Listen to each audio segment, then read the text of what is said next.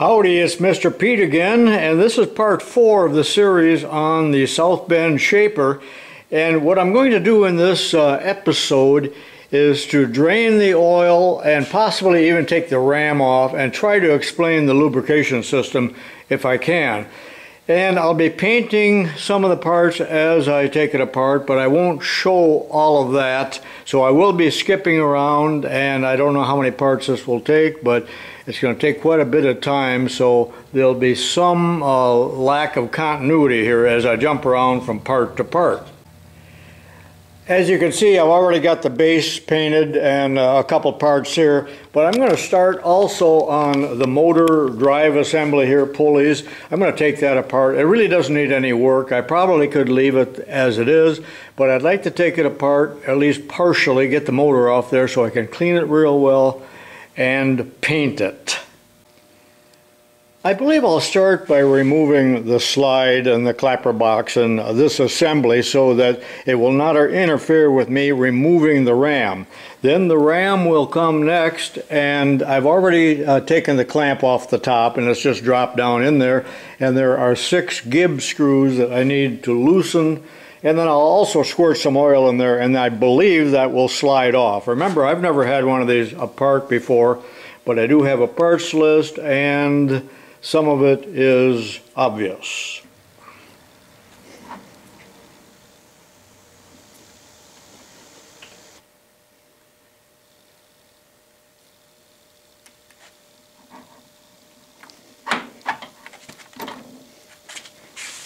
Very similar to the compound on a South Bend lathe, or for that matter almost any lathe, with this tapered stud pressed up against the angle there.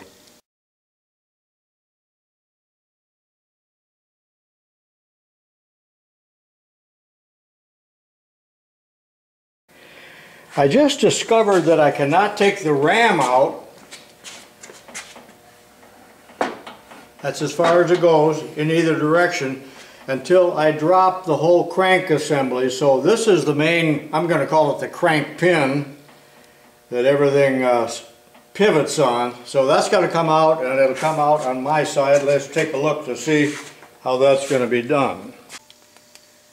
I'm on the other side, and I'll take this bolt and the washers off, and you see there's the other side of that pin. So I'm hoping the pin will push out freely.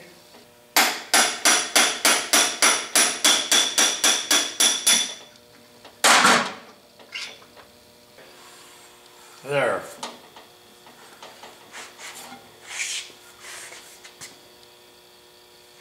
This is kind of fun. Is everybody happy?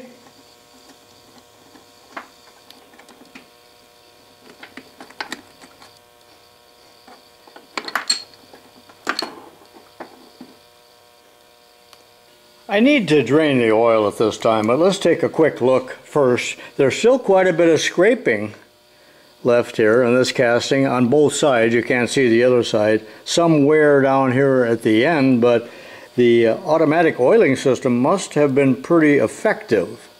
And here you can see the little tubes running up, one to each side, that force the oil into those areas. Possibly some of that is clogged now, so I have to make sure everything is clean. Let's see if we can look down in here. I have an older video where I talk about the Scotch yoke mechanism and all of that, so look that up if you're interested, because I'm not going to explain how these work. But way down in the bowels of the machine here, you can see the oil pump. And there are 4 copper tubes coming from it. One is for the main gear, the bowl gear. One is for the mechanism, the crank mechanism, and 2 are for the dovetails. There's a little adjustment screw, and that pump is reciprocal type. There's a little check valve in it and all that, according to what I looked at in the instructions.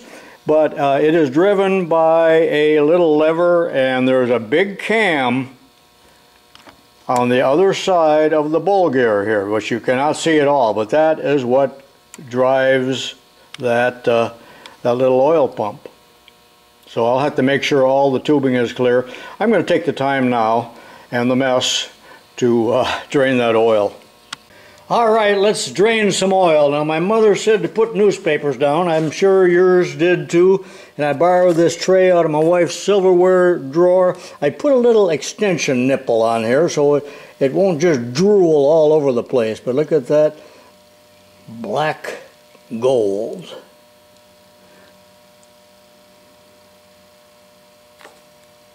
I've got the whole machine tipped 2 degrees. Now I'm going to let that drain for a while, and then from the other side I intend to squirt it with kerosene with my squirt can here. There's still a fair amount in there, but I'm going to cap it off momentarily. It's running pretty slow, and I'm going to drain this before it gets too tippy. You know how hard it is to carry something like that. And I'm going to put it in my waste oil deal here, and then I'll put the pan back under for a little bit longer, and I think I'll dump some solvent in there.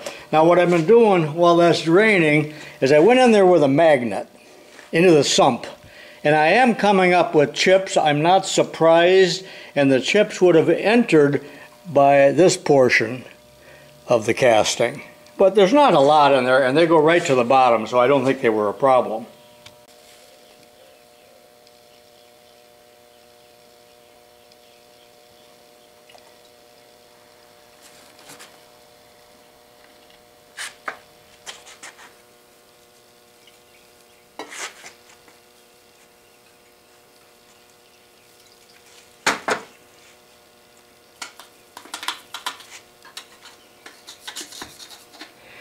I used a half a roll of Bounty towels and I wiped the inside. It's cleaning up pretty nicely. Now I put some more kerosene in it and I'm going to let it sit overnight. I'll cap it up again and turn my attention to that power unit over there.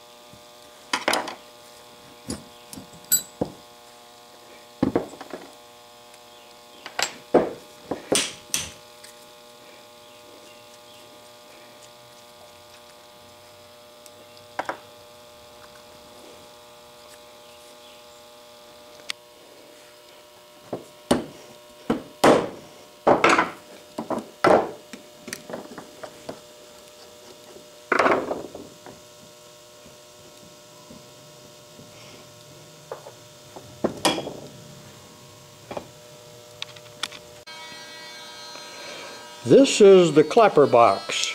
Clap on, clap off the clapper.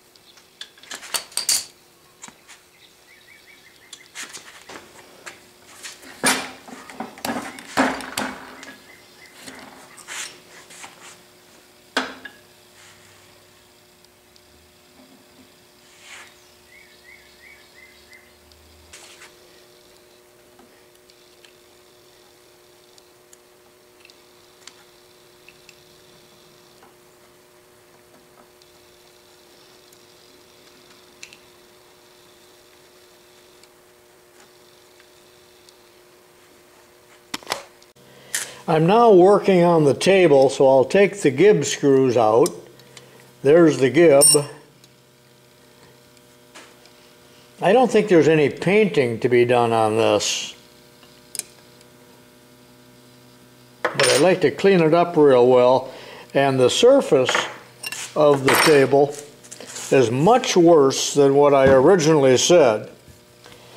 It's very scarred up, and I believe what has happened is that someone over the years clamped the vise on there with chips with no attempt to remove it, because look at the very deep impressions also on this side where sometimes you put the vise.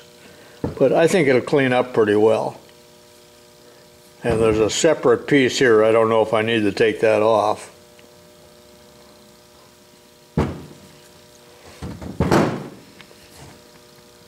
It's kind of a neat casting.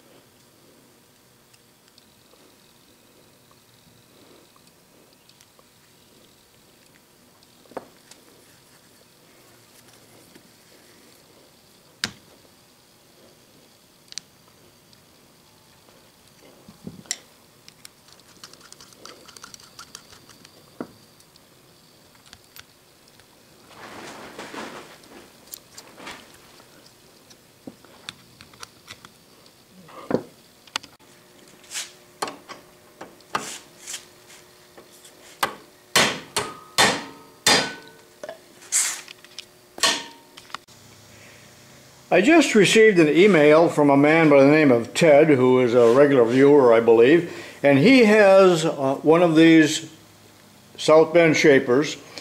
But the funny thing is, he was explaining to me why they had a design change and made the base wider here, because when you move the table to the extreme right or left here, this support foot pretty much comes off of the base, and you then have a lack of rigidity and support. So they widened it and improved the stability and probably the finish that you would get as you were machining. Let me show you a picture of his shaper. But one of the interesting things that Ted said was that he had a shaper just like this from 1953 approximately, and then he had a junker parts shaper, so he switched bases. He swapped the two bases, and the whole pattern was the same, and it was pretty much an easy swap. So two in one, and he improved his machine, but of course he still doesn't have the pump oiler.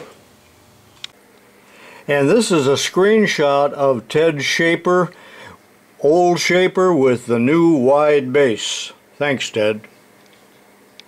Well, that concludes this chapter on disassembly and painting. Be sure and watch the next few chapters as I continue this saga of stripping down the machine. So in the next episode I'll be taking the base from the column here and cleaning and painting and a few other things. So join me then. This is Mr. Pete saying so long for now.